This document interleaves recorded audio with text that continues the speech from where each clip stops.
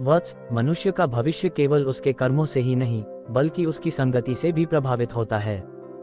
जिस प्रकार एक सुगंधित पुष्प के पास रहने से वस्त्रों में भी सुगंध आ जाती है, उसी प्रकार अच्छे लोगों के साथ रहने से उनके विचार, आदतें और संस्कार भी धीरे धीरे हमारे जीवन का हिस्सा बन जाते हैं।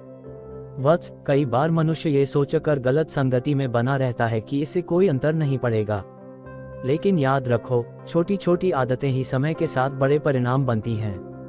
यदि तुम्हारे मित्र तुम्हें आगे बढ़ने के लिए प्रेरित करते हैं, नई बातें सीखने के लिए उत्साहित करते हैं और तुम्हारी गलतियों पर तुम्हें सही मार्ग दिखाते हैं, तो वे तुम्हारे जीवन की सबसे बड़ी पूंजी हैं। लेकिन यदि कोई बार बार तुम्हें आलस्य, बुरी आदतों, समय की बर्बादी या गलत रास्ते की ओर ले जाए, तो उससे दूरी बना लेना ही बुद्धिमानी है। वत्स, संगति केवल मित्रों की ही नहीं होती। जिन पुस्तकों को तुम पढ़ते हो, जिन लोगों की बातें सुनते हो, जिन वीडियो को देखते हो और जिन विचारों को अपने मन में स्थान देते हो, वे भी तुम्हारी संगति का ही एक रूप हैं। इसलिए हमेशा ऐसा वातावरण चुनो जो तुम्हें बेहतर इंसान बनाए, न कि तुम्हें अपने लक्ष्य से दूर ले जाए। इसका अर्थ यह नहीं कि जो लोग गलतियां करते हैं उनसे घृणा करो, उन्हें सही राह दिखाने का प्रयास करो।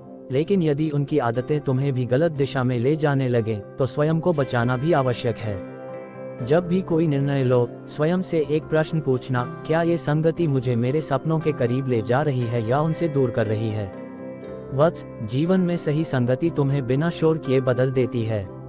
वह तुम्हारे विचारों को ऊंचा बनाती है, तुम्हारे आत्मविश्वास को बढ़ाती है और तुम्हें हर दिन बेहतर बनने की प्रेरणा देती है।